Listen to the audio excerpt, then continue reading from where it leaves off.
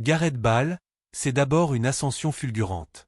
Passé par Southampton, révélé à Tottenham, puis propulsé au Real Madrid pour un transfert record. Il y signe un contrat de 150 millions de livres sur 6 ans.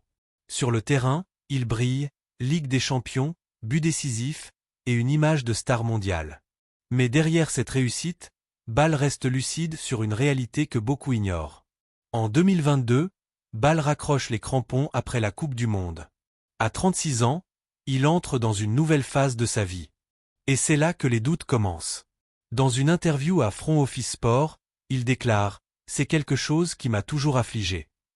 Il parle de la peur de la faillite, une angoisse qui touche de nombreux anciens sportifs.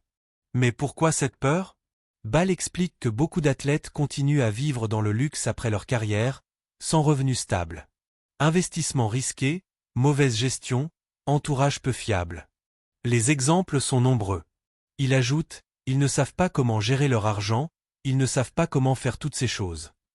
Une réalité brutale, même pour ceux qui ont gagné des millions.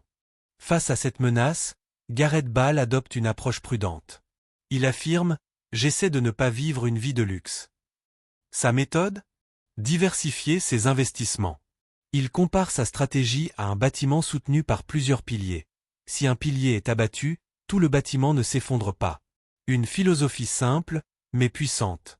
Ce témoignage de Bale nous rappelle que la richesse ne garantit pas la sécurité. La gestion financière, la préparation à la retraite, et la capacité à dire non aux excès sont essentielles.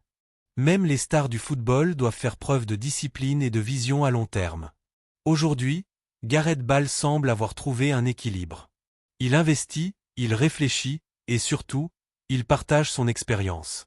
Son message est clair, la peur peut être un moteur, si elle pousse à agir intelligemment. Et dans un monde où l'image de la réussite est souvent trompeuse, son honnêteté est précieuse. Alors, Gareth Bale est-il un homme paniqué? Peut-être. Mais c'est aussi un homme lucide, qui transforme ses peurs en stratégie. Et ça, c'est une leçon que beaucoup devraient retenir. Si cette vidéo vous a plu, n'oubliez pas de liker, commenter et vous abonner pour plus d'histoires inspirantes du monde du sport.